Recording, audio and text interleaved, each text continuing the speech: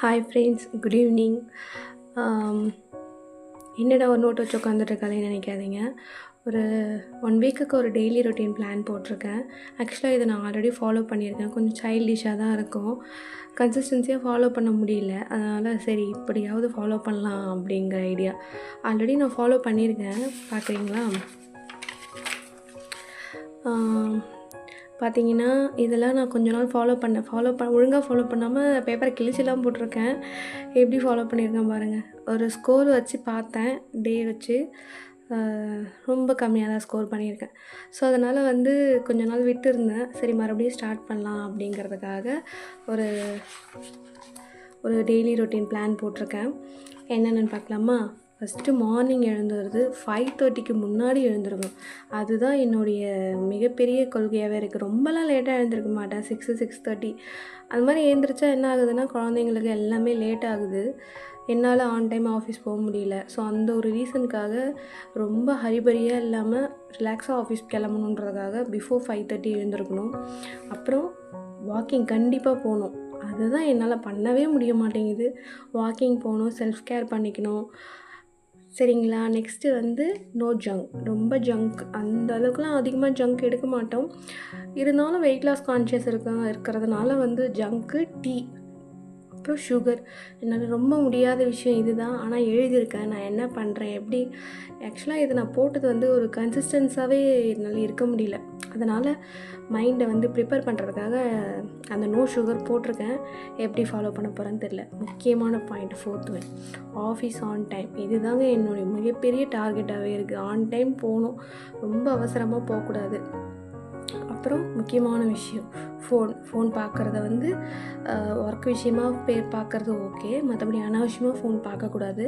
அதுக்காக no phone போட்டிருக்கேன். Next கோவம். இது எதுக்கு போட்டிருக்கேன்னா, நம்ம இந்த இப்போ இருக்க கிட்ஸ்லாம் நம்மளை பார்த்து தான் எல்லாம் பண்ணுறாங்க.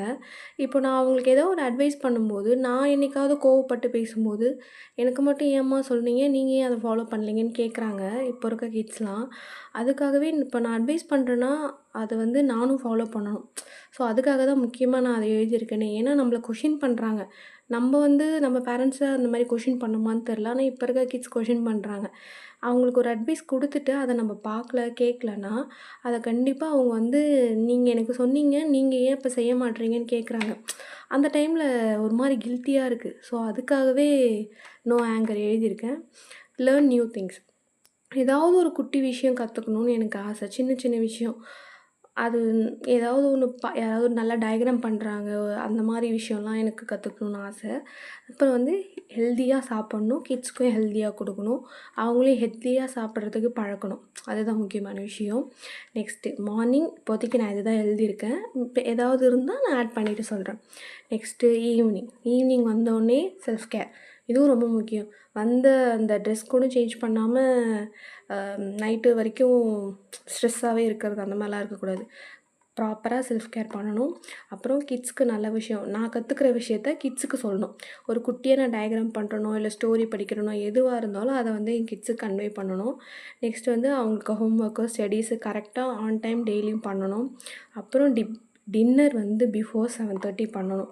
இதுவும் என்னுடைய முக்கியமான விஷயத்தில் ஒன்று இருக்குது. அதுக்கு தகுந்த மாரி நான் பிளான் பண்ணி கொஞ்சம் ஸ்பீடாக பண்ணணும். Next sleep before 9. இது ரொம்ப ரொம்ப முக்கியமான விஷயம்.